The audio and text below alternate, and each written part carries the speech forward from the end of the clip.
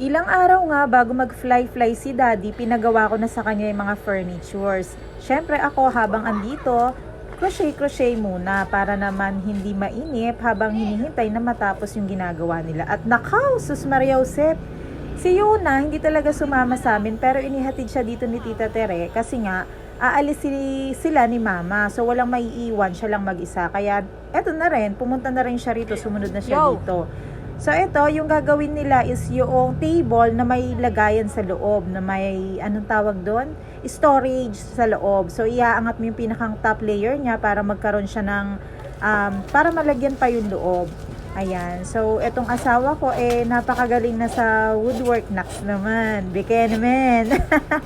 Siyempre, katulong niya dito si Kuya Dondon na magaling din sa woodwork. At siyempre, ako, taga-woodies. Taga-linis. Dito nga pala kami naggagawa sa may kila Ate Mel kasi hindi pwede doon sa amin.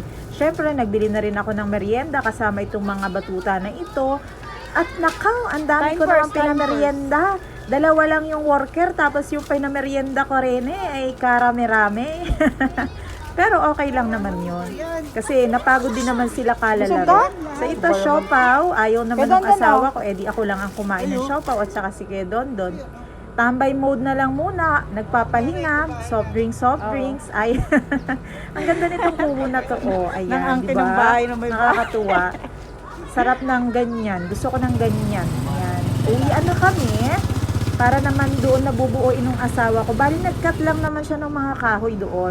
At syempre, ako ba naman ay hindi tutulong? Syempre naman, tutulong ako. Gauntian nga lang. Ayan, kukuskusin ko lang naman yan ng sandpaper. Kadali-dali lang naman. Baka naman masabihan ako ng asawa ko na ano lang, sarap buhay. Charot! At ito naman ang aming supervisor. Kailangan din ay nakamasid siya at baka may mali sa ginagawa ng kanyang dada. Charot. So ito, tagahawak din. Malapit na siyang mabuo. Binuo lang naman niya. Tapos ito, habang naglilin ako, kulit-kulit lang din sa kanya, kwentuhan-kwentuhan para naman malibang siya. Ano lang to, hindi pa siya tapos, kumbaga inassemble lang niya, tapos papapinturahan ko na lang kay Kuya Dondon. Ayan.